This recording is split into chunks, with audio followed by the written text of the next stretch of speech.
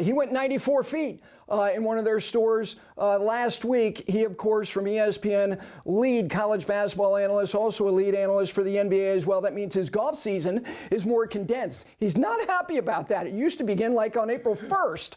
Now it can go to like June 1st. He, of course, Jay Bilas, how are you? Great, Gary. I wish I would have worn a sport coat today. I'm more casual than you are. Well, I mean, as long as you got a 4-ply on, we're good. I haven't seen you in a while, but I have seen you a lot because you're working. It's a busy time. We will get to your Final Four picks, which America already knows, but we'll do some other ones. I'm interested because you and I have had conversations through the years about a lot of things because you love sports and you played all sports, and then you narrowed your focus. And I'm as we look at all these players, like you've talked this year about the draft and that you don't think we've seen a stronger freshman class maybe ever in terms of the depth and the impact they may have immediately on the NBA.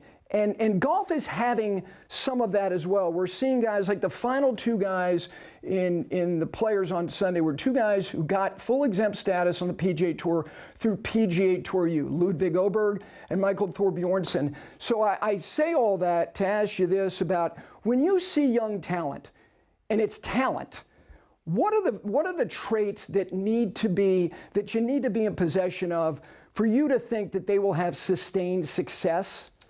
Well, there's the physical attributes that you look for. It's almost like the old Brady Bunch thing, Johnny Bravo, do they fit the suit? Because there are certain things in basketball with a player's length, how long their arms are, size, their athletic ability. It doesn't mean you can't overcome some of those things.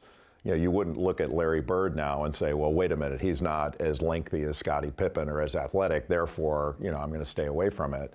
But you have a template that when you get outside that template, there better be other reasons. Bill Polian used to say, if you make exceptions, soon enough you're going to have a team full of exceptions. Mm. And so you're mindful of that, but it's not dispositive of the issue. The thing that has fascinated me about the scouting process is the intelligence gathered by these teams that are outside of what you see on the floor. So if you had name any prospect this year, A.J. Dubonsa at BYU or Darius Acuff Jr. at Arkansas, NBA teams are going to be diving into their lives, and they're not even going to know it. Mm. They're going to call. They're going to visit their high schools. They're going to talk to the custodial staff. How did he treat you?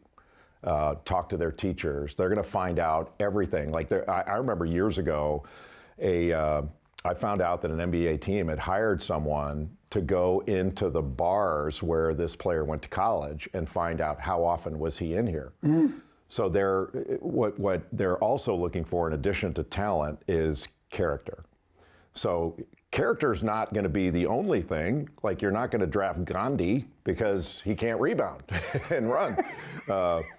But at the same time, you're not going to draft just on talent because the character piece is so important. And you look at a place like Oklahoma City, where Sam Presti is the GM, or you look at San Antonio traditionally, the character piece is a big part of it. So it goes way beyond just what you see on the floor and in a stat sheet. One of the things with you is that when we talk about things like what you just shared, there's an application to these things. And I'm not talking about the physical part. I'm talking about the other things that may be intangible, but I think they're borderline tangible when it comes to golf.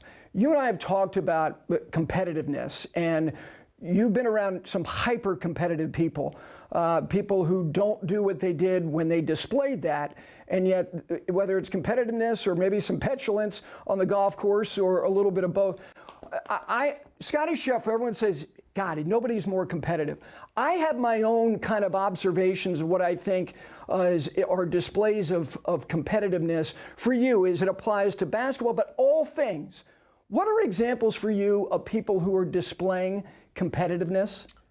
In golf, I often think back to Jack Nicklaus, who, when we were growing up was the standard. Platinum standard, yeah. And to me, like, oftentimes you'll hear an excuse from a player, coach, whomever, when they don't behave the right way. Well, I'm competitive. Like, no, that's not what competitive means. you can't use competitiveness as an excuse for bad behavior. Like, to me, a true competitor, and I don't count myself as one of those, but a true competitor understands that I can lose. Like, I may get beat here. I'm going to do everything I can within the rules to win, but I may get beat. And one of the things that I think showed the understanding of competition of Jack Nicklaus was how he acted when he lost. He put his arm around the winner and said, "You were just too good. I couldn't beat you today." Handful of examples of that. Unbelievable examples of that. And to me, that's a big deal. And I used to kind of laugh, not out loud, but when coaches would feel like they wanted to win more than you did, and you're like, you'd sit and take it. But you're like, no, you don't. Like, stop saying that. You're just standing there, like, you're doing your job, but we have an opponent. And that's one of the things that's always fascinated me about golf. Like, in basketball, I had an opponent. And like in golf, you have competition. You don't have an opponent. And so there's nobody in golf trying to stop you from doing what you intend to do. Like, nobody. The only one that can stop you is you. And I'm really good at stopping myself. I'm an excellent defender in golf. I can guard myself like nobody's business. But in basketball, I've got, when I was playing, I've got somebody physically trying to stop me when I'm doing what I'm trying to do. Yeah. And that's a different deal than in golf. In golf, that's one of the things that I wish I had played golf when I was young. And it's not because Your brother did, and my brother was did. great.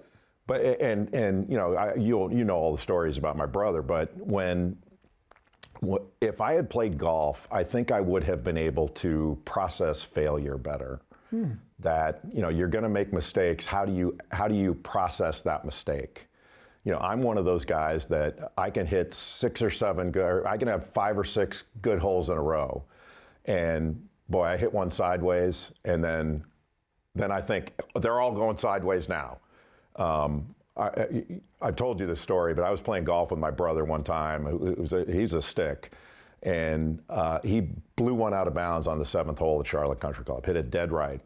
And he was kind of ho-hum, re-teed it, knocked it right down the middle. And he's walking down the fairway talking and all that like nothing happened. And I said, if I had done that, I'd be upset. Yeah. And he goes, well, the difference between you and me is I know I'm not going to do that again.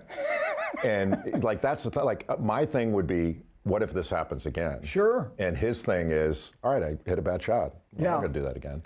When you were writing your book, Toughness, which 2013 copyright on this, and I remember talking to you about it during the process, and I know one of the things you were hoping to do was for it to be evergreen, that it was something that could be used, and it has been used by a ton of athletic programs, sports organizations, as required reading, because I look at this book truly like Grit by Angela Duckworth, like The Inner Game of Tennis that was written in the mid to late 70s, because the application of these things that you're talking about what is toughness, how to be tough, is applied across the spectrum. Before I ask you about some of the things in it, though, you credited Curtis Strange in this book. And you didn't credit like your 6th grade shop teacher. It was only a handful of people that you actually acknowledged in the acknowledgments. Why Curtis?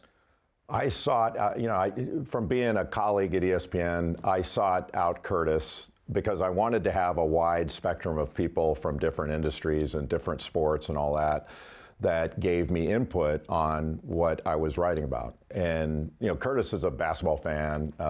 He and I shared a friend in Bob Knight. And when I started talking to him about golf, he asked me like what I consider to be so many profound questions about the game. And the one thing that stood out more than others was he said, if you're going to go out on a par 72 golf course and shoot even par, how long do you think it takes you to take your setup, make your swing, and get to your finish position? The actual act of shooting 72. And I don't even remember what I said. I 5 minutes, and he said, no, it's like 3, whatever it was. I don't remember the exact numbers. It's in the book, but, and then he said, think about that in a 5-hour round. That's a lot of time to F yourself up if you allow it. And I really did think about it, and he's right. Like the the mental side of that, the self-talk you have, how you process a mistake, how long you have between making a mistake, making a bad swing or getting a bad result, and then how long before you get to do it again. In most sports, bang, bang, you're at the next play. You're not at the next play quickly. So how do you concentrate in the moment and let all that other stuff go? It's an interesting mental challenge that I don't know of any other sport. Like, the ball doesn't move. Yep. Nobody's guarding you. Nobody's trying to stop you from doing what you're doing. It's all you, and it's and you and I talk about this even when we're playing. Like, you're in a bad spot in basketball. Maybe you're not making your perimeter shot. You can get closer to the basket. You got to tee it up from where they say in golf. So you better get over it. Yeah. If you got an issue, you better get over it. And it's difficult. And that's why Lucas Glover, when he was going through all those putting issues. Yeah. And then, was it a Navy SEAL or something that told? Yeah. It's those kind of things. It's such a mental game, and that's what the book is about. And the best thing about that book wasn't, because it's not about me. It's about other people. The most gratifying thing about that book is all the letters that I get and people reaching out say, we use this with our team, and it was something they could use to start a conversation among themselves about what was important to them, and how they can help each other and encourage each other to be tougher in the most important situations. The first chapter, and this to me, I think this is one of the real essential challenges of elite professional golf, and it's true of all sports. The first chapter is trust.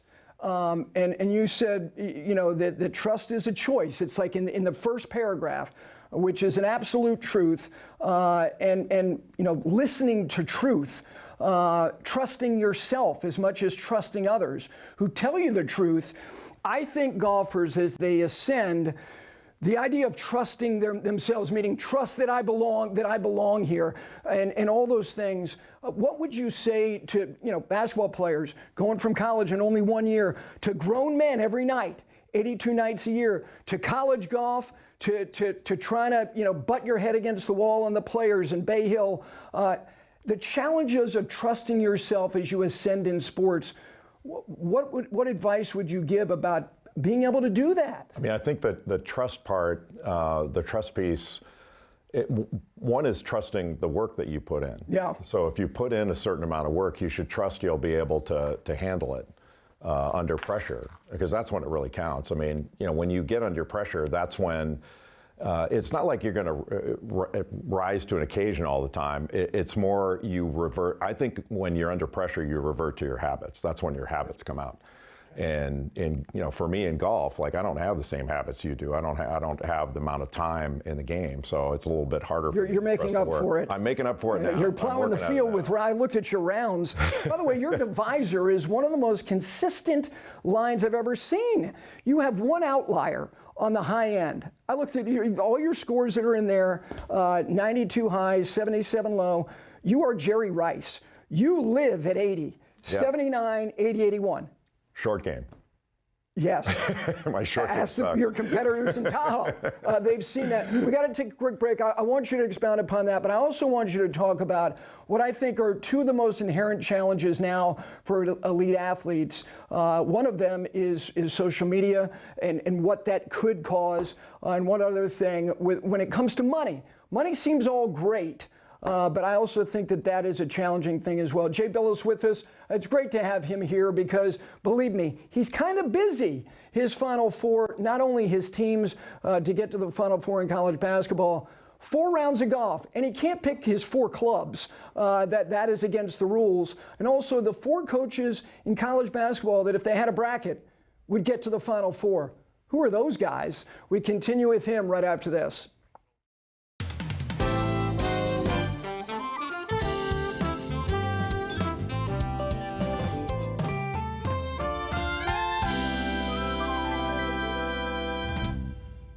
Back in here on 5 Clubs Live on Golf Channel and PGA Tour Radio, Channel 92 on Sirius XM. That one image of Jay out at the American Century, I honestly don't know if that was a true finish.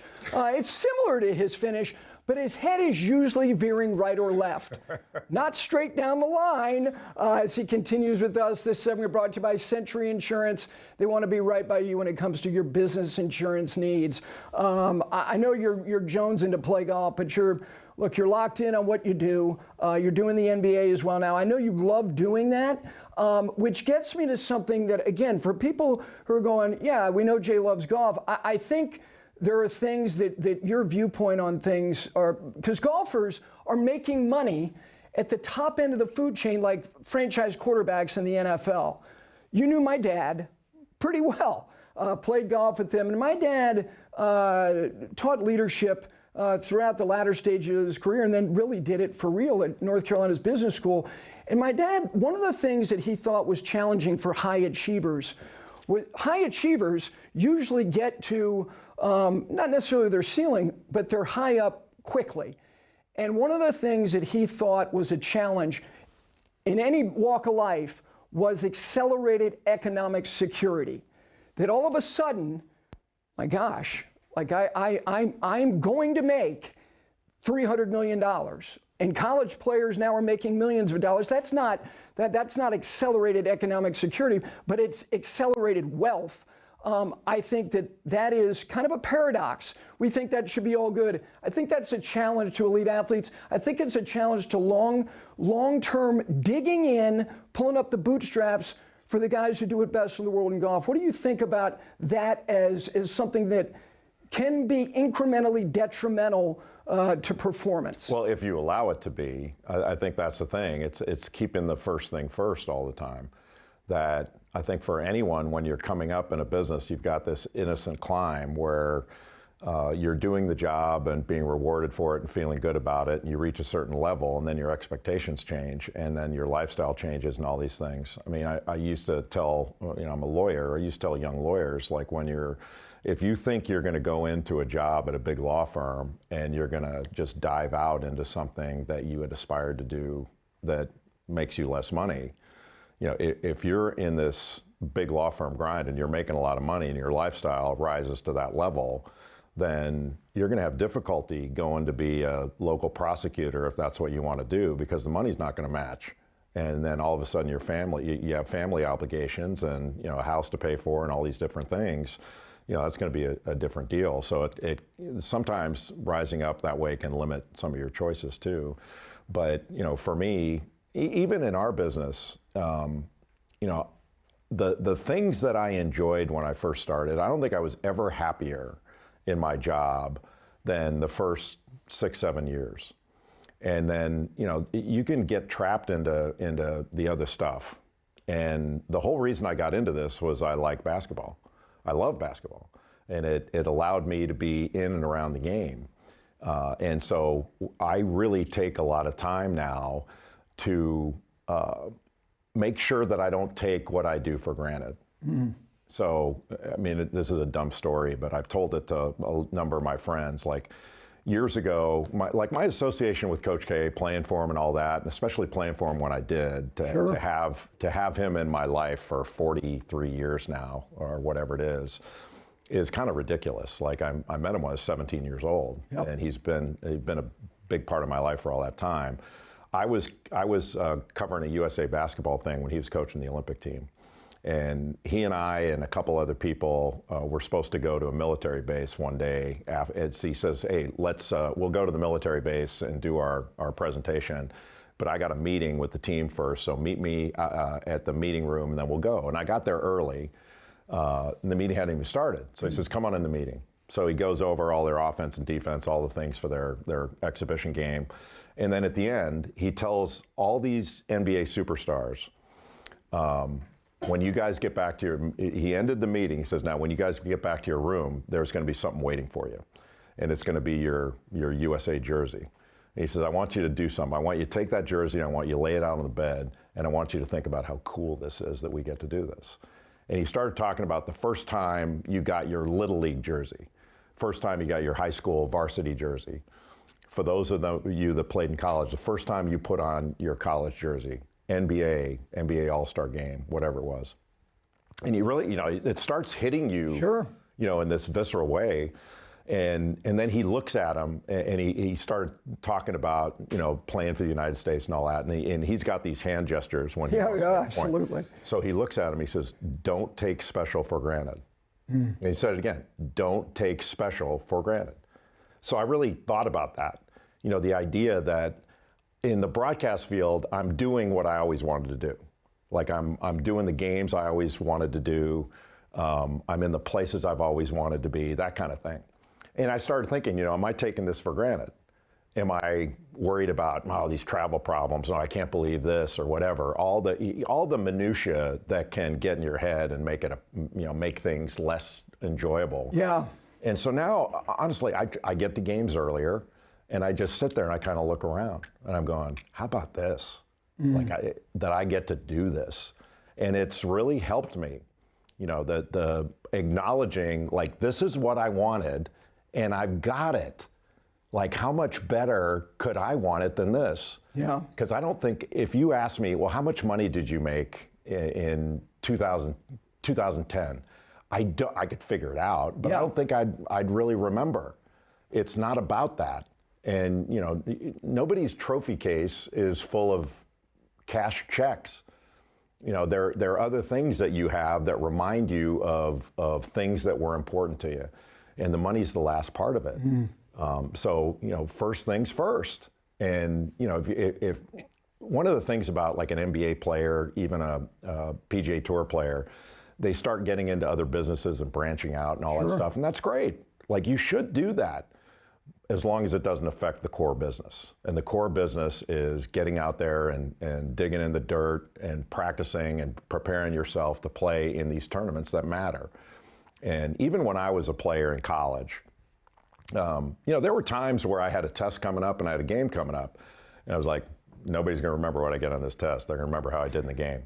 And it may not be the right way to look at it, but it was true. Sure. And so you tried to keep the first thing first. Yeah, and I look, what you said I appreciate, because what you're saying is that I think gratitude affects performance.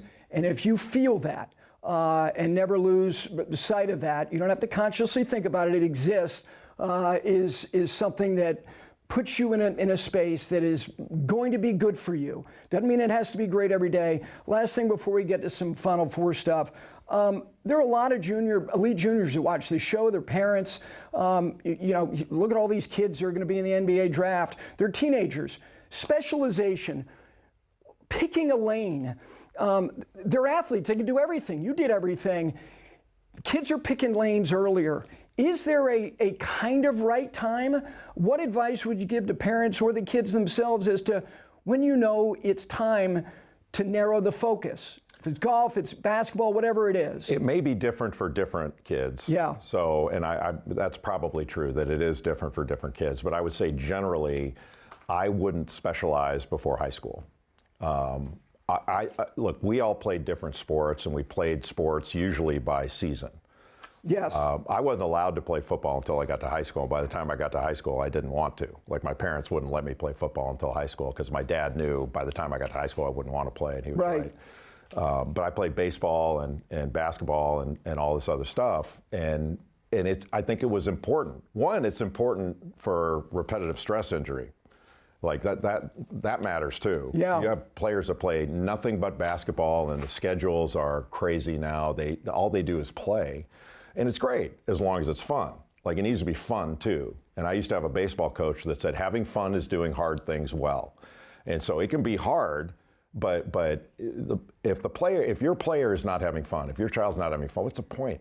Like, are they doing it for you or are they doing it for them? But the experiences that you get in other sports, not only just the teammate experience, dealing with different coaches, having different levels of ability in different sports. So maybe you develop some empathy. You may be the best player on the basketball team, but you're the 10th best player on the baseball team. Maybe you have empathy for somebody further down the line on your basketball team. Yeah. And you become a better teammate, a better leader, all that. I mean, all those things factor in. But the main thing, like, I talk to high school coaches a lot about this, that a lot of high school, maybe all the high school coaches say only 5% of our players are going to go on and play in college.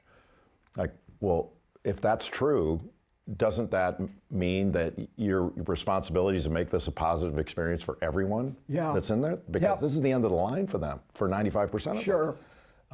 And I think parents, too many parents don't look at that this is about more than just reaching a destination. It really is about the journey itself. Because my high school teammates, some of my best friends from my high school sports experiences weren't the best players. Like that's not what it was. And weren't the guys that went on to play in college. I played with a number of guys that played in college, played college basketball and beyond. But some of my best friends were guys that didn't play very much. And I would have hated to have missed that with them, and I would have hated for them to have missed that with us. Does that make sense? Of course. It's an important experience for every kid. What you said about viewing the experience of somebody else at a place where you're at the top in one thing and you're not in the other, I think that can give you a view of everybody's lot in their athletic life. There's a great story about Federer and Tiger in Armin Katane's book. Different choices. All right, first of all, let's show Jay's Final Four, his basketball Final Four. He's on a heater. He nailed it last year and got mocked for being right. Like, oh, come on, be interesting. I'd rather be right. It's more interesting than right this year, I think. So give us a little quick synopsis. Well, I didn't go all 4 number 1 seeds this year, but last year was a different year. The top 4 teams were significantly better than everybody else. Doesn't mean they're going to win, but they were better. This year, I don't think they are. Michigan State out of the East, Duke is the best team in that region. They've got some injuries, and Michigan State is really experienced, as is Tom Izzo, their coach. Florida, I've got as a Final Four team. Florida's guards have not shot the ball well. They're shooting it better now than they did earlier in the season. That's the only thing that can trip them up. I think Arizona may very well be the best team. That's why I have them winning it. And then Iowa State, even though Michigan has an injury to their backup point guard who could start for 80% of the teams in college basketball. He's that good, LJ Kaysen. And Iowa State's legit. The only thing with Iowa State is they're not a great free throw shooting team. And in a really close game, if that bites them, that's where it'll come, is from the foul line. Everything else, they're Final Four good. Okay. This is, for you, it would be a hard exercise for anybody. Your Final Four rounds, if it's going to come down to that, give me the 4 places you would have as your Final Four. If it was your last 4 rounds, only one of them can be where you're a member, which makes this a challenging exercise for you. Give me your 4. All right, I'm going to do it by region. I thought about this last night because you gave me a heads up about this. I thought about it last night. So East is going to be Pine Valley. Sure. If I only had 1 round to play in my life, I'd want to play. The joy I know you've gotten from being there. I think 2013, was that your year? I think so. Okay, anyway, I know how much joy, and it's not just the golf course, it's the people. It's the whole thing. All of it, It's magic. In the South region of the country, I would say Augusta National. Yeah. I don't think Good choice. I don't think I'd ever been more nervous on a first tee than I was there. It's not a fair fight. It's sensory overload. There are memories everywhere that you turn. It's just magnificent. Midwest, I would say Chicago Golf Club. Sublime. I was blown away by Chicago Golf Club. So was I. And it was hard for me to say when I walked off there that this is top 5 in the country. I mean, it's top 5 in the country. It's amazing. It's amazing. And then out west, it's amazing. Out west would be, that's a tough call between, I would say Cypress Point, and the beauty of it trumps everything else for the other courses that I would pick out there. The other would be LA Country Club. I bet you I drove by LA Country Club 500 times on the way to UCLA or some other places to play basketball there in Santa Monica. I had no idea it was there. And then the first time I played there, I think I was in my 40s when I first played there. And it's Central Park in there. Yeah, truly. I mean, it's unbelievable. Yeah. And nobody in LA, that doesn't play golf, nobody in LA even knows it's there. It really is something. We got to jump to a break. You're awfully kind. I know how busy you are. Have a good month. Look forward to seeing you with your 5.7 index on the first tee very, very soon. Jay Bilas of ESPN.